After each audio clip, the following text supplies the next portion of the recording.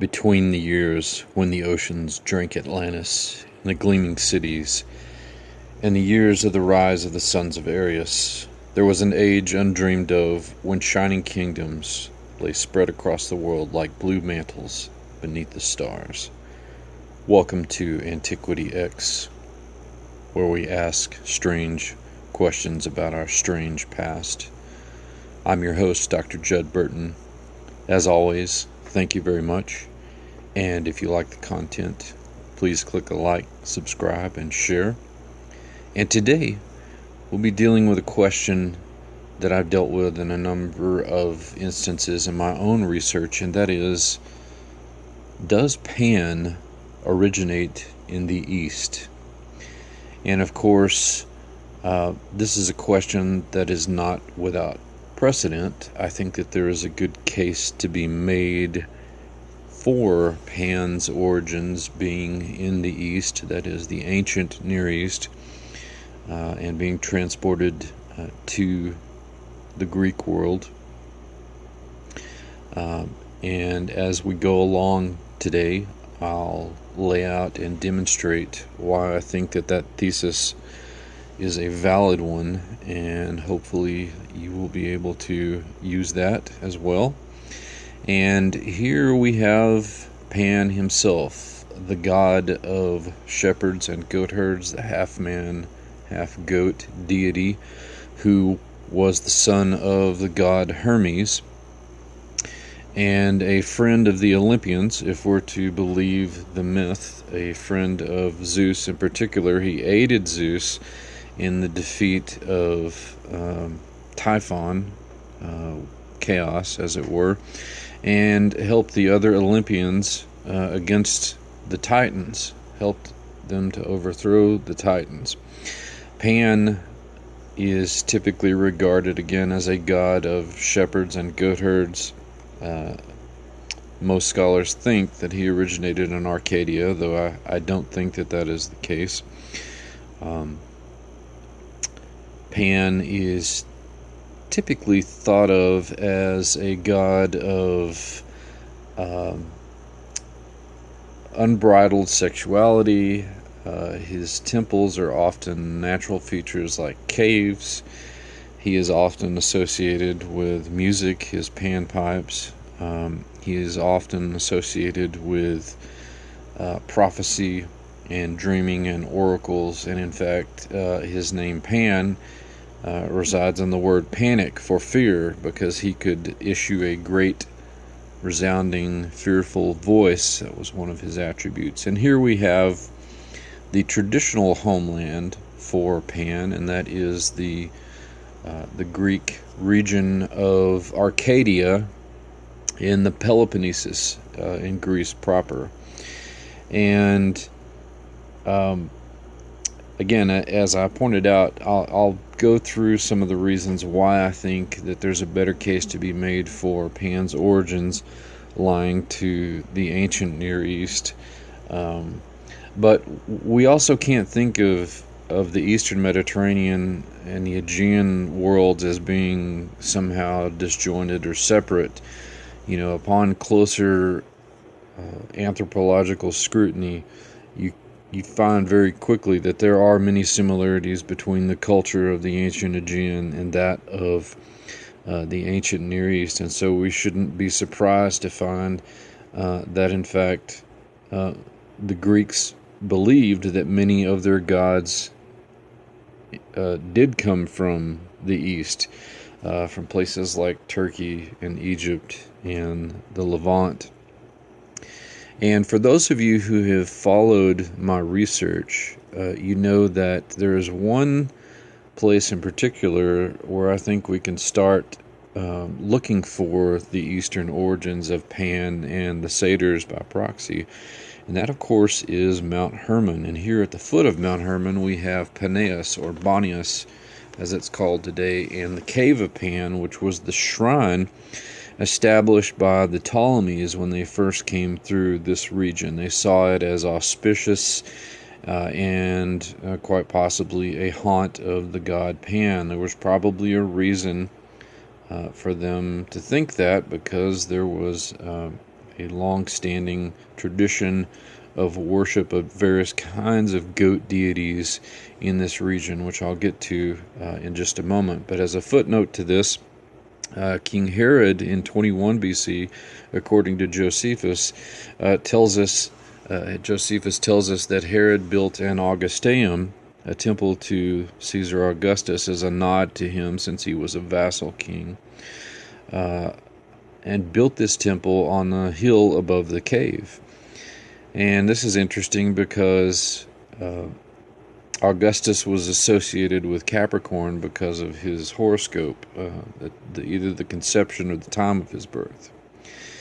So, again, is it possible that Pan and the satyrs originate in the East? Yes, I think it's possible. I think it's more than possible. I think that it's probable. And there's a case to be made for that. As I said, there's a precedent for the Greeks believing that their gods came from the East. Even Herodotus writes about Pan worship. He thought that it originated in ancient Egypt. And of course, other places like Turkey and Crete and the Levant are all places where the Greeks believe many of their gods hailed from. But on top of that, you also have two periods of cultural influence from the ancient Near East, specifically the Levant, because of trade.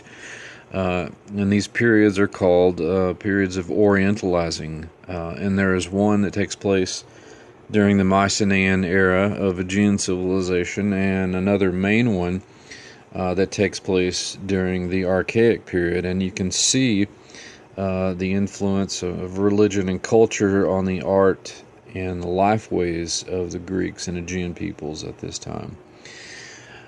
The best place to start to find these Eastern origins, I believe, can be found with Azazel at Mount Hermon itself.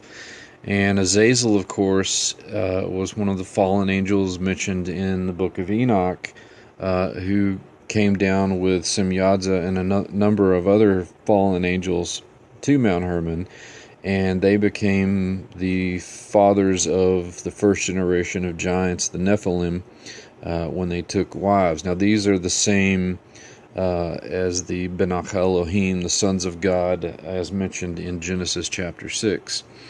Azazel is an interesting case because his name literally means the goat of God, and at the foot of Mount Hermon, you have PANEAS, this city that is built in honor of the god Pan. Now, because of the proximity, I think that that's more than a coincidence, and we'll tease out some of those elements of connective tissue here in a moment.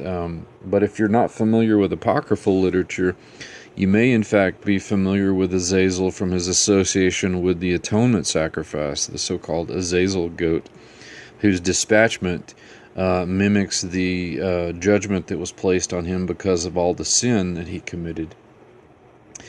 But there is certainly a precedent in the region of the Golan, of Mount Hermon, for the worship of goat deities following the antediluvian period.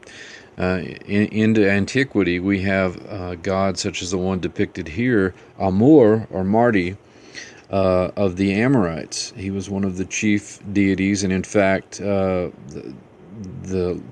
deity that the Amorites took their name from. He was a shepherd god and a son of Anu, in much the same way that perhaps Pan was associated with Zeus.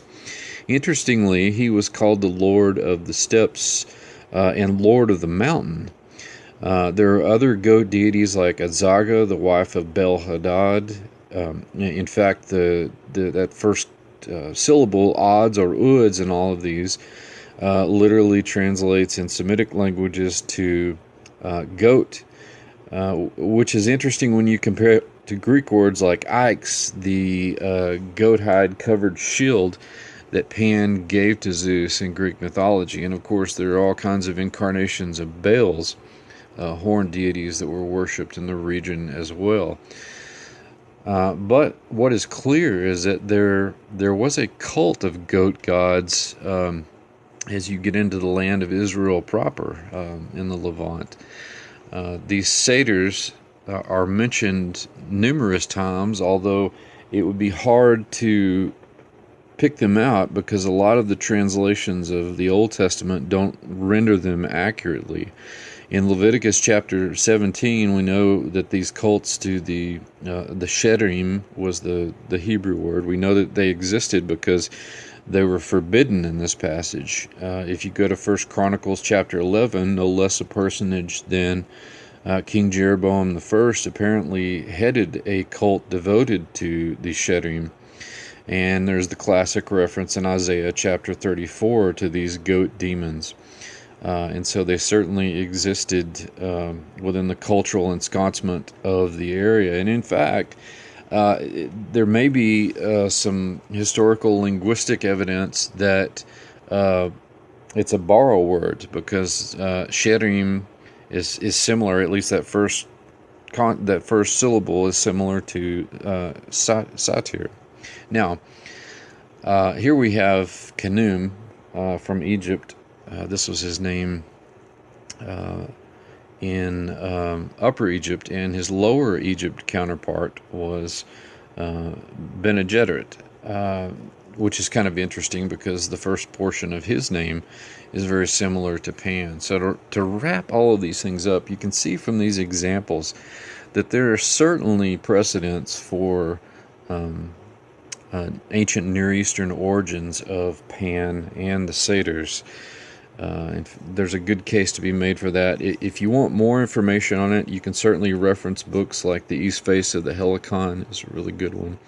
And my book, PANEAS, Religion in the Ancient City of Pan, would be a good resource as well, as I deal with these issues in more detail. And that book will, in fact, be on sale again this next week. So I hope that this has been helpful to you. It's a topic that is of great interest to me, given the work that I've done at PANEAS at Caesarea Philippi. I ended up writing my dissertation on it, in fact. So, again, click a like, subscribe, and share. Godspeed, and we'll see you again soon.